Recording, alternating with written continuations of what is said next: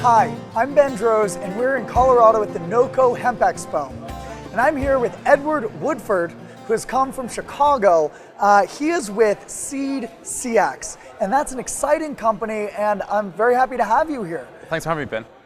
Thank you. So, can you tell me a little bit about SeedCX and what you're working on, and what is it that makes you a unique company in the hemp industry? Yeah, so we're going to be the first federally regulated commodities exchange dealing exclusively in industrial hemp under the 2014 Farm Bill Act. So what that really means is we're going to allow farmers and processors and speculators to connect and trade, but also allow people to lock in price and hedge risk, which is really, really important. You walk around the conference hall today and you ask people, what's the price going to be in 6 months? And a lot of people just don't know. And that's the reality of agricultural commodities. People don't know. And so if you're trying to make business decisions, raise money, you need to mitigate that risk away from volatility. So that's really what we're trying to do, but also serve as an information source. What is happening in hemp? What is the volume going on? What does the outlook look like in 6 months? So really all those three things combined, I think will help raise the industry up as it sort of goes through this emerging process. Wow, that is very exciting. Thank you. And quite a big fish to fry that you're working on. Yeah. So how did you get involved with this? How did you get into this, and how did you come up with this idea? Yes, so myself and my co-founder, we met during our grad studies at MIT, and we were both sort of really interested in emerging commodities.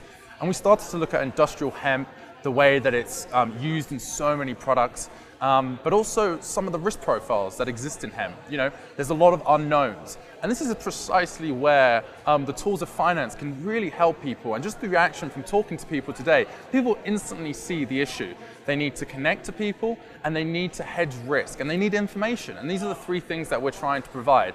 And sort of as we progressed, and it started off very much as academic research, we realized that people didn't want to touch this because of some sort of residual social stigma, which when you walk around here today, these are huge businesses. We have a BMW car parked in this hall today. And that's sort of what we're trying to do, is sort of add this legitimacy, but also provide the tools to really allow people to grow and invest in this industry.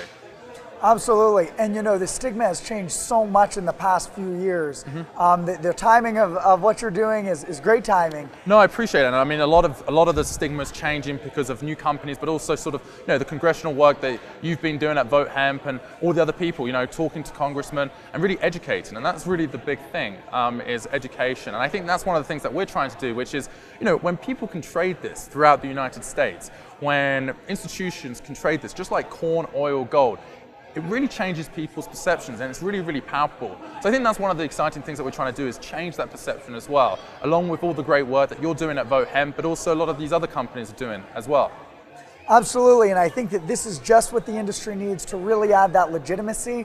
And so it's really great that you're here today and could make it here to Colorado. So what are the principal risks that you see in the hemp industry as the hemp industry is growing and emerging? You know, how is this going to go from, you know, this niche market to an industrial commodity? Yeah, I mean, this is sort of where we fit in exactly, sort of looking at where these risks lie and what will happen to the price as a result. I think one of the big things is obviously weather. We had a lot of crop failure last year in Kentucky because this is a new crop. We're learning how to grow this. In Colorado, there were 1 or 2 crop failures because 1 or 2 farmers went slightly over the 0.3% THC level, which is a very real problem. So there's these usual agricultural risks. But a small little percentage, and then it's like... Yeah, it affects the supply, and that's things, it's those supply shocks. I think one of the big things as well is if Canada, if it changes its legislation on CBD, it starts to mean that you've got all this so-called waste product from the 100,000 acres of seed, which is very low in CBD, suddenly coming onto the market. So you're going to have this big surge of supply. But also there's these demand shocks. So what I'm trying to say is, I don't know what's going to happen to the price. I don't think anybody really knows what's going to happen to the price. I think that's why we exist, is because of that volatility, because of that uncertainty. People need some degree of certainty with the ability to take advantage of the huge upside that there is in this industry, but to sort of have this baseline thing that exists in every other major ag, whether it be corn or wheat or more niche commodities like oats. And we're just trying to say, this is what this industry needs, but working with participants, bringing people together and really listening. And that's what we're trying to do today, is really listen to people. What are their pain points? What do they want to do? And we're just learning, like everyone else. Absolutely. And I've been into senators' offices in Washington, D.C., where they actually have the commodities prices listed on a whiteboard that they change that and it really shows that we need hemp on that board as well. So I think, I mean, it sort of changes people's perceptions of what it is, and it sort of makes people look at it and track it, and it's sort of information that will help people trade. Because one of the things people are saying today is, I don't really know if I want to sell because I don't know if that's a fair price. And we really bring some informational advantages and really give that some transparency to really ensure that people are trading and that there is this sort of liquid market so that people are selling what they have and people are buying what they need to really make this industry grow. Absolutely. Well, it was very interesting what you said about, the Canadian market and how, right now, obviously, we have all of our imports. Yeah. But how do you see the supply chain evolving? And how do you see your role in how this develops? Yeah, so hemp's sort of a weird one. I mean, we have hemp seed which cannot be labeled for human consumption in Australia, being imported into the US where it's been so difficult historically to grow. Then you have 90% of hemp seed being imported from Canada. So there's these very inefficient markets that exist, and there's farmers here who can grow this very efficiently with great yields and make good profits from it. I mean, we're in a year with one of the lowest commodity prices, and farmers are looking for diversity. And I think what we're doing is saying, look, we will provide farmers and processors and speculators with the ability to trade hemp, which will allow people to make the necessary infrastructure investments needed to switch over to hemp, which aren't huge, but they are there, and to allow American farmers to move over to industrial hemp, but also allow processors throughout the US to increasingly process product. And essentially, we provide that infrastructure, connecting people, information, and risk mitigation that I think is needed to help this industry grow even quicker than it's already grown. I mean, it's so exciting in just 9 months that I've been sort of actively involved in this business, just to see the changes. I mean, it's truly extraordinary. I think people just don't realize it, and that's exciting, and that provides a lot of opportunity. That is very exciting, and definitely, farmers need to diversify.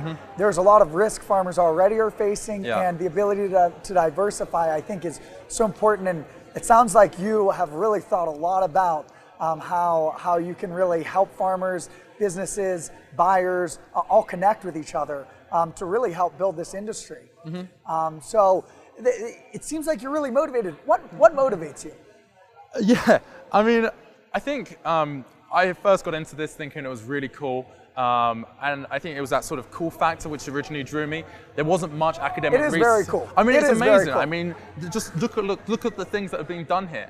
And I think initially I got into it from that perspective, doing something a little bit different. I didn't want to research an existing commodity. I was interested in new emerging markets. I did some research into Afghanistan and how things there affect, or how commodity prices there affect insurgency and tax. And I've always been interested in that sort of niche areas.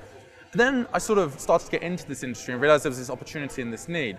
And I really sort of see this as now like an industry of friends. I really do care about this now, and I think it's about moving things forward, and you sort of see the people in this industry, and you want to make sure that the people who are here today, presenting today, are the same people here next year and way more people. And I think the way to do that is to provide people with the infrastructure and sort of basic risk mitigation tools and connectivity tools to allow people to do that and grow this industry. And I think that's just really exciting. And that's what really motivates me, is sort of changing perceptions and add in some value as much as we can with sort of the team that we have with us.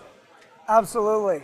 And I've been in the industry just about 8 years, and just watching how it's been able to grow has been incredibly exciting. And we really, once you can really create this platform, I think we'll be able to bring a lot more people in, because I know there's a lot of farmers that they just can't look at hemp until there really is a legitimate platform for them to, know that they're going to be able to sell their crop at a certain price. Because otherwise, it's just a huge risk. that a lot of farmers just aren't willing to take. So Exactly. this is just what some of these farmers are going to need. Yeah, farmers and processors aren't in the business of taking those sorts of risks. They're in the business of creating great products or being excellent farmers and increasing yields.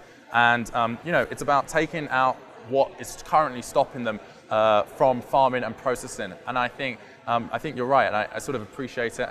You know, we can't do it without people, and that's why we're here today, is to constantly listen and take advice. And you know, we don't want to create this for industry. We want this to be truly created by industry, and sort of having buy-in from many of the stakeholders here. We're not competitive to anyone here, really.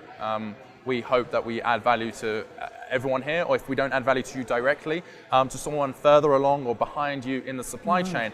And it's like a domino effect. If these people go out of business, then the supply chain's broken, and then sort of it will affect everyone. So I think it's about trying to show people that's the value, and people get it immediately. I mean, people say to me, oh, this is such a complex product, you went to MIT, this is too complex for people here. No, I mean, these people, everyone here gets it, and I think that's exciting.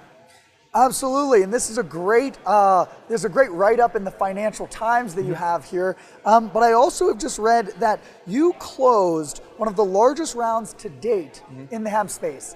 Yeah. And can I say, it looks like you oversubscribed $3.5 million round. I'm sure many in the audience are curious what this process was like. I mean, first of all, congratulations. Yeah. Thank you. That's amazing, but what was that process like? And you know, because people in the hemp industry really, you know, we're all in the same boat where we're trying to grow. Yeah, I mean, everyone's trying to raise money right now, and you know, what was difficult about this particular product is there's a real misunderstanding, and you go to sort of the VCs and different groups, and they say, I don't want to invest in cannabis, but you say, look, this is completely federally legal. This is a completely different industry.